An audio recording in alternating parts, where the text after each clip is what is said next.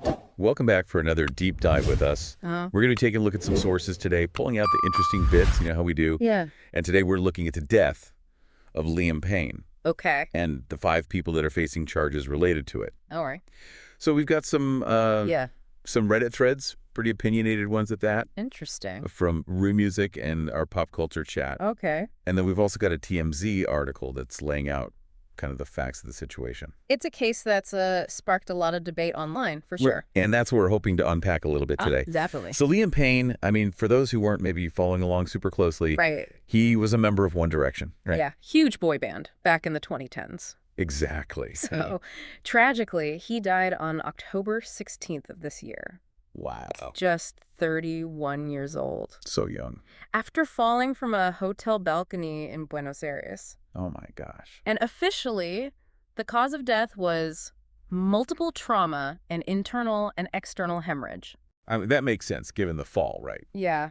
But the toxicology reports also found alcohol, cocaine, and antidepressants in his system. Oh, wow. And authorities are saying that medical reports suggest that he was either semi-conscious or completely unconscious when he went over the railing. That's where it gets complicated. Yeah. Because if he wasn't aware Right. of his actions, If he wasn't in control. does that shift the responsibility? Exactly, yeah.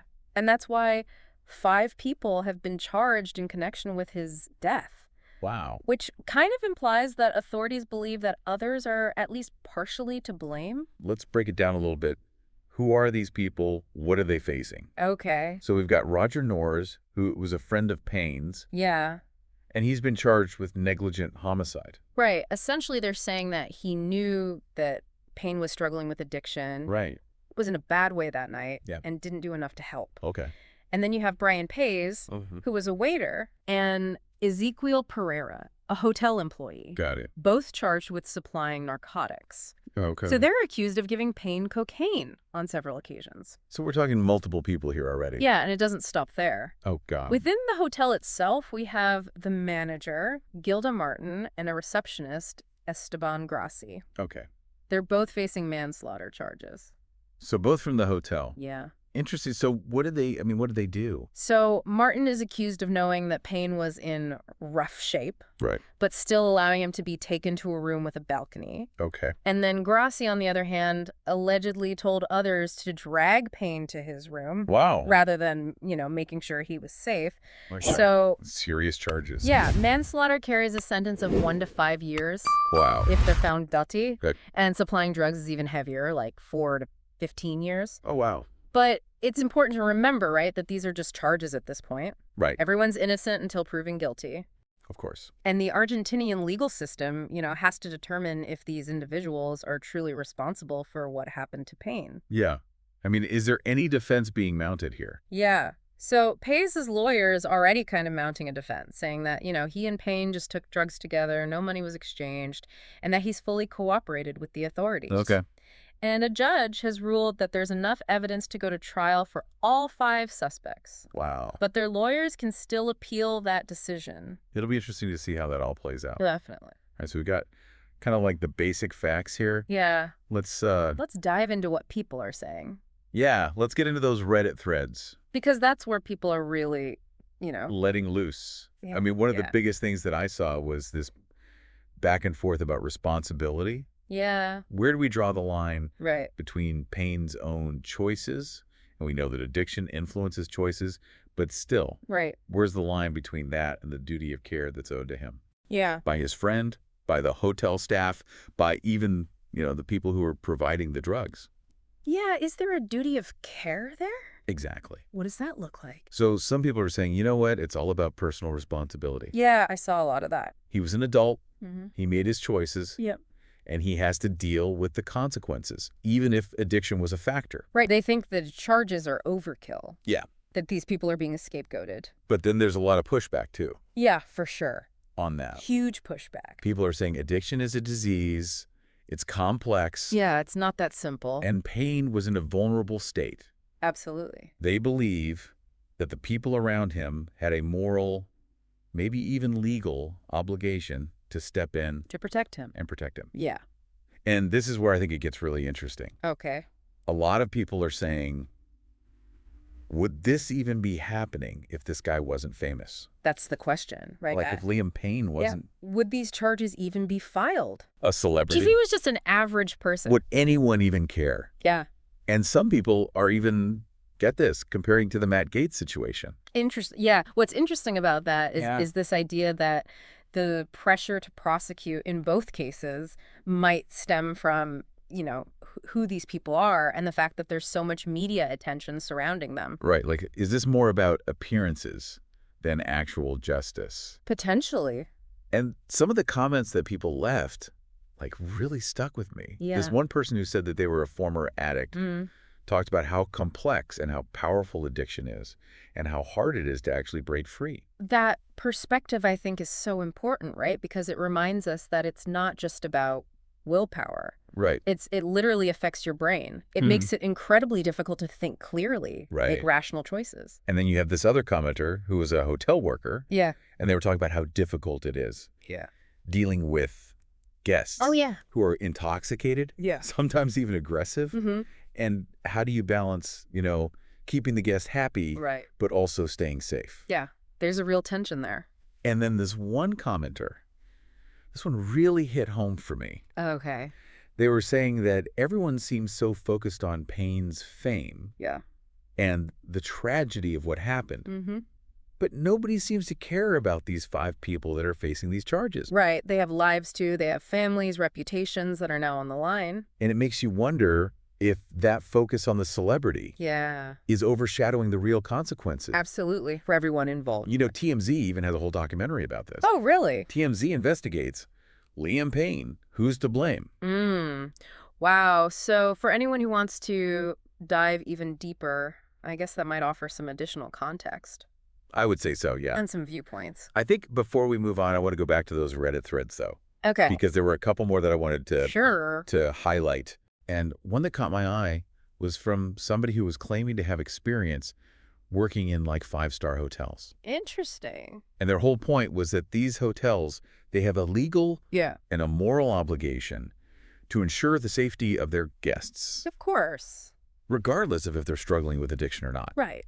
And they were calling out the hotel for allegedly failing to address this Situation. situation, At checkout. like properly. Like they should have taken more steps to manage this guy's stay, Interesting. especially knowing allegedly, his behavior and everything. Knowing what they knew. Yeah. And they were even kind of breaking down, like, okay, in a luxury hotel, what might they overlook Yeah. What are they turning a blind eye to? versus what crosses the line? Right. And they were saying things like, sex workers or drug use, might get a pass to a certain extent. Okay. But if there's violence or destructive behavior, Mm-hmm.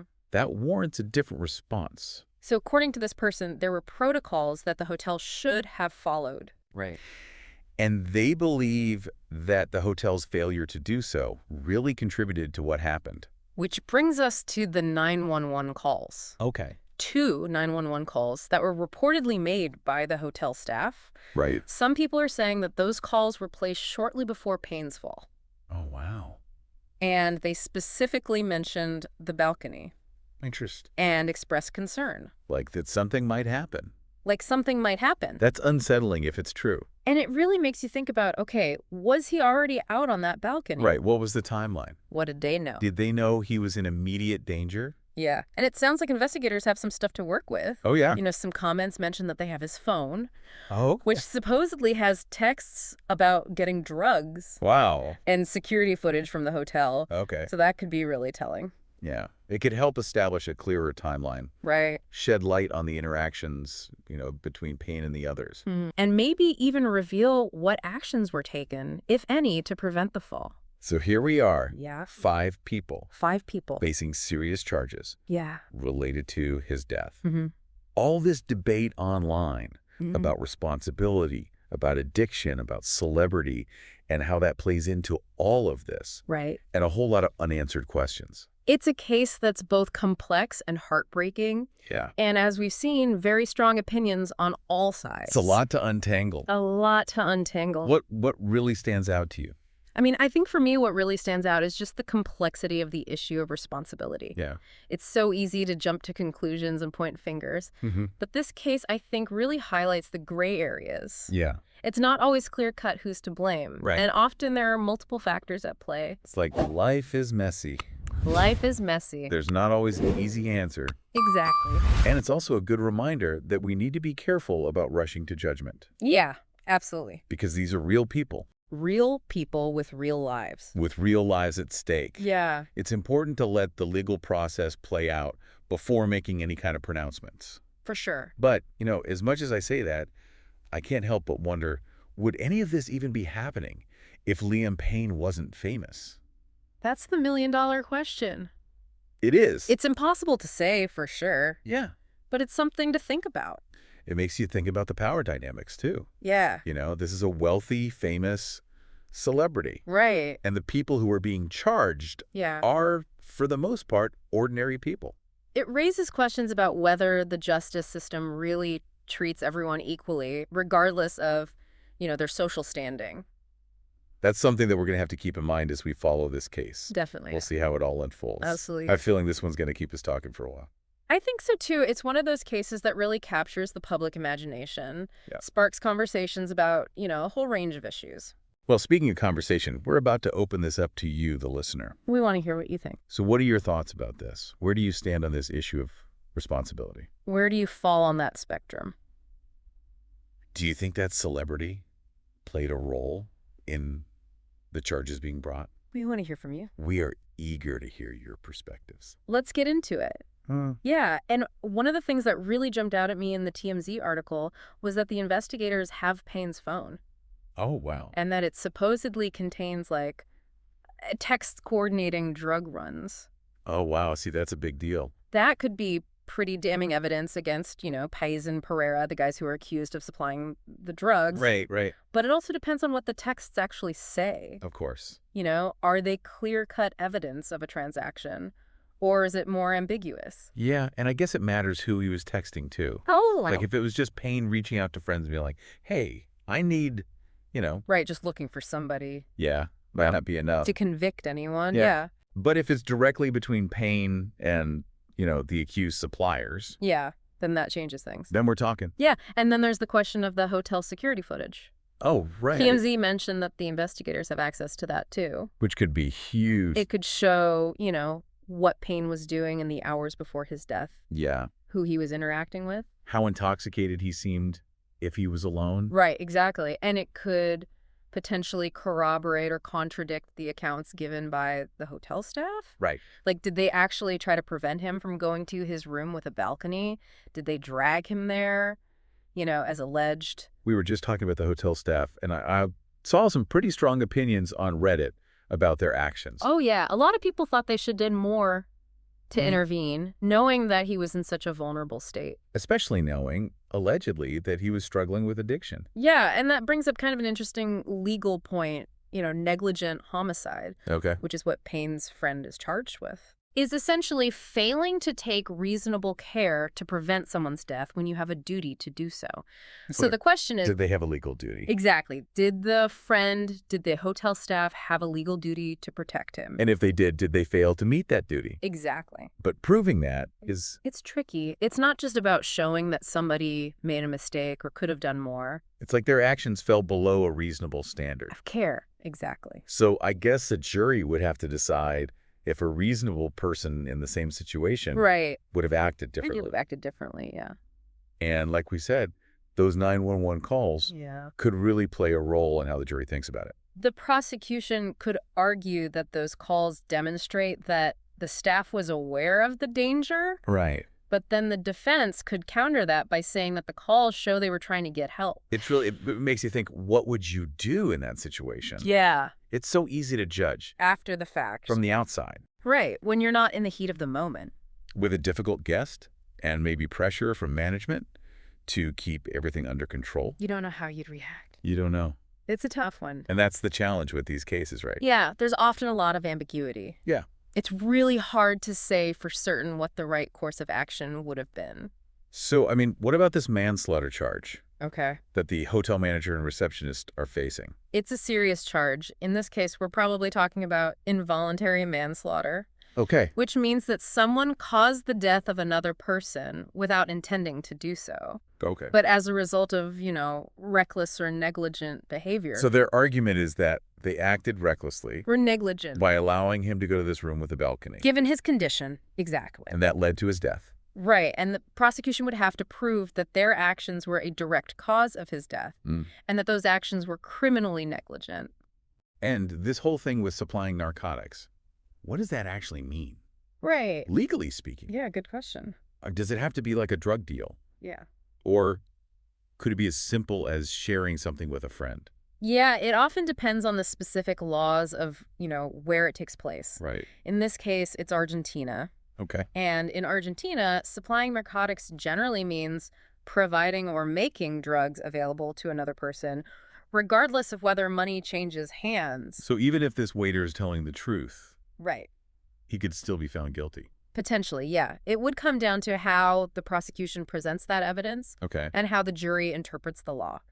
This case is so layered. It is, right? We've got the personal responsibility of Payne's actions, Mm-hmm. the potential negligence of the friend and the hotel staff, Yeah. the legal details of supplying narcotics. Right. And then is this even happening because he's a celebrity? It's a fascinating It's case. a fascinating case. Really forces us to confront some difficult questions It does. about addiction, responsibility, and the justice system. And it also makes you think about the people, too. Yeah. We've got 5 people facing charges. Yeah, their lives are hanging in the balance. Their lives are changed forever. And then you have Payne's family who are grieving his loss. Yeah. It's important to remember the human element of all of this. Yeah. I think sometimes we can get caught up in, the legal arguments, the media frenzy. Yeah, it's easy to forget. But these are real people who are hurting. Absolutely. Well, we've covered a lot. We have. We've looked at the facts of the case, Yeah. the charges, Legal definitions. the of legal definition, the arguments being made online. arguments on Reddit. Yeah, we've explored a lot of the questions that this case raises Yeah. about responsibility, addiction, the role of celebrity in the justice system. It's a lot to process, I'm curious. What stands out to you the most from all of this? Honestly, for me, it's the complexity of the issue of responsibility. Yeah. It's so easy to jump to conclusions, like we said, and point fingers. Right. But this case, it really highlights just how many gray areas there are. Yeah. It's not always clear-cut who's to blame, and often there are multiple factors at play. Life is messy. Life is messy. It's a good reminder to be careful about rushing to judgment Absolutely. because these are real people Real people with real lives. with real lives at stake. Yeah, We need to let the legal process play out. for sure. But I can't help but wonder, would any of this be happening if Liam Payne wasn't famous? The million-dollar question. It is. It's impossible to say for sure, but it's a question worth pondering. It makes you think about the power dynamics, too. Yeah. He was wealthy. He was a celebrity. Mm-hmm. The people who are being charged are ordinary people. It raises questions about whether the justice system really treats everyone equally, regardless of their social standing or their wealth. It's something we'll have to keep in mind as we follow this case. Yeah, how it unfolds. Yeah, I have a feeling this case is going to keep us all talking for a while. I think you're right. It's one of those cases that really captures the public imagination It does. and sparks these important conversations about all these complex issues. Well, speaking of conversations, we're going to open it up to you, the listener. You want to hear from you? So what are your thoughts on this case? Yeah, where do you stand on this issue of responsibility? Do you think celebrity played a role in the charges being brought? We're eager to hear your perspectives. Yeah, it's definitely a case with, more questions than answers. For sure. So we'd love to hear, what are your initial reactions to all of this? For me, it really underscores the fact that addiction doesn't discriminate. Yeah. It can affect anyone, no matter how wealthy they are, how famous they are, their background. It makes you think, what if he hadn't been a celebrity? Yeah. Would he have had access to, better resources, better support? Right, or would it have been even more invisible? Hard to say, but I think it's just important to remember that addiction is a disease, Yeah. and it requires treatment and compassion. Not judgment and blame. Exactly. Which brings us back to these 5 people that are facing these charges. Yeah. Regardless of how you feel about their role in Payne's death, Mm-hmm. They're real people who are caught up in this whole thing. It's easy to get lost in the legal stuff Yeah. and the media hype, but There are families on both sides of this that are hurting. absolutely. And this case is about more than just a legal battle. Yeah, it's about, like you said, the complexities of addiction, the limits of personal responsibility. That's such a search for justice. Right, in a world where, fame and fortune can often tip the scales. It makes you think. It challenges us to really examine our own biases, Yeah. our own preconceived notions about, addiction, celebrity, and accountability. So for anyone listening who wants to dive in a little bit deeper on this, Yeah, we'll have all of our sources linked in the show notes. you can check out the Reddit threads, read that TMZ article. Even watch the documentary if you want. I mean, it's a case that I think really deserves attention. It does. Not for the, salacious details. Right, but for the bigger questions it raises. About how we as a society approach addiction, Yeah. navigate these really complex issues. And grapple with the influence of celebrity culture, right? It's a lot, and I think we've only just scratched the surface. Yeah, we have. But hopefully this deep dive is giving you some food for thought. Some new perspectives. Maybe spark some conversations. Yeah. We always encourage you to, go out there, seek out more information, Consider multiple viewpoints. form your own conclusions. Until next Time to dive in.